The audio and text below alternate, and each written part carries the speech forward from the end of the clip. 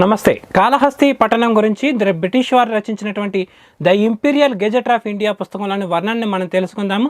British కాలంలోనే కాళహస్తి ఒక ముఖ్యమైన ప్రాంతంగా ఉండేది. ముఖ్యంగా చెన్నై పట్టణానికి కావాల్సినటువంటి వంట కలప ఏదైతే ఉందో అదంతా కూడా ఈ కాళహస్తి ప్రాంతం నుంచే కూడా సరఫరా అవుతూ ఉండేది అని చెప్పడం జరిగింది. ఇక్కడ అద్భుతమైనటువంటి స్వయంభూ శివాలయం ఉంది. దీనికి దర్శించడానికి ఎక్కడెక్కడి నుంచో కూడా భక్తులు వస్తూ ఉంటారు. శివరాత్రి సమయంలో 10 రోజుల పాటు ఇక్కడ విశేషంగా ఉత్సవాలు జరుగుతాయని కూడా తెలియజెప్పడం జరిగింది. కాళహస్తి దేవాలయం దాదాపుగా 5వ శతాబ్దంలో ఏర్పాటు చేసినటువంటి ఒక దేవాలయం. అంత పురాతన దేవాలయాన్ని మనం ఎక్కడ చూడలేదని తెలియజెప్పడం జరిగింది.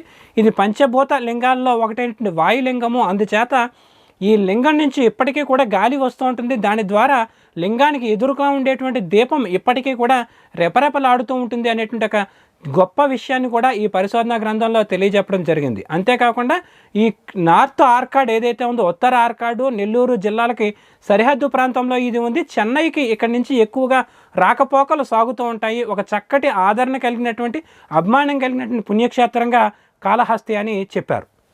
నమస్తే.